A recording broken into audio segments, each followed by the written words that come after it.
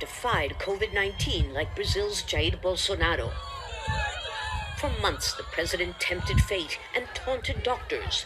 He scorned calls to respect social distancing. He seemed to relish defying even his own advisors, always pressing the flesh and rarely using a face mask. Many members of his cabinet had become infected, even his wife's grandmother. Some joked he'd made a pact with the devil, until what was probably the inevitable happened.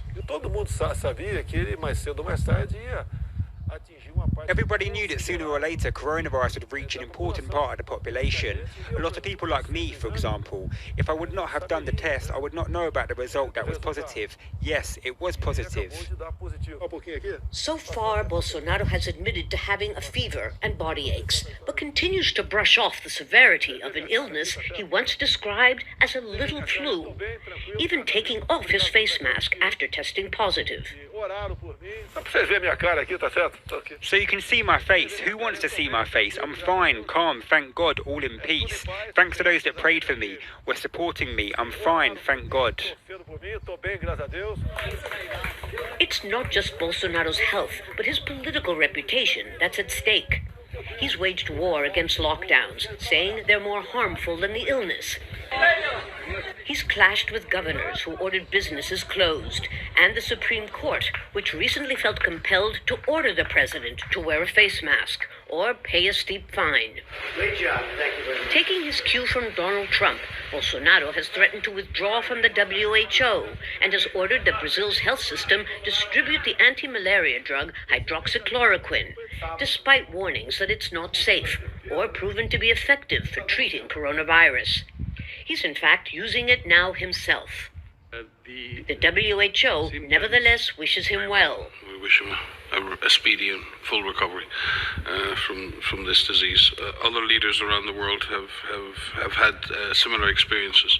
I think it brings home for us all the reality of this virus.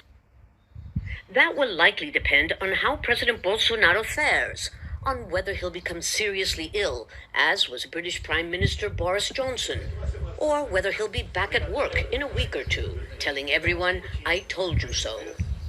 All this despite the more than 65,000 Brazilians who've lost their lives so far to the so-called little flu. Lucia Newman, Al Jazeera.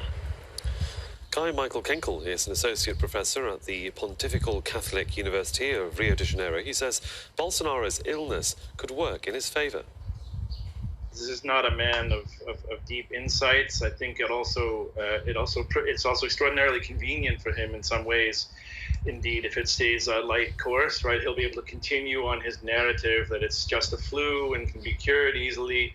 He was also scheduled to be deposed by the federal police on its allegations of sort of undue influence taking next week. So the timing is not, again, as long as it stays a light course, the timing's not altogether bad for him. If it stays within these sort of 80-85% that are light courses, it'll likely strengthen those who are doubting the severity of the outbreak, and it may actually end up lowering the adhesion to, cutting into the adhesion to the distancing measures here, which isn't that great to begin with.